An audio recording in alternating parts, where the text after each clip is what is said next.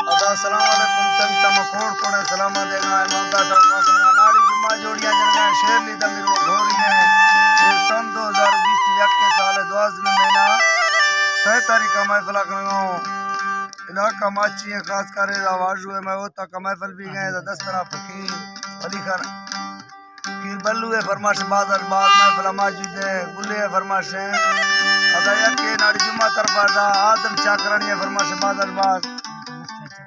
मुख्तार चाकरानी है फरमाश है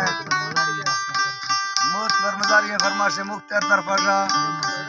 करमू शरानी है फरमाश बादल बाज सुयड़ सुरी धालू है फरमाश है जैना ड्राइवर घोड़ी है फरमाश बादल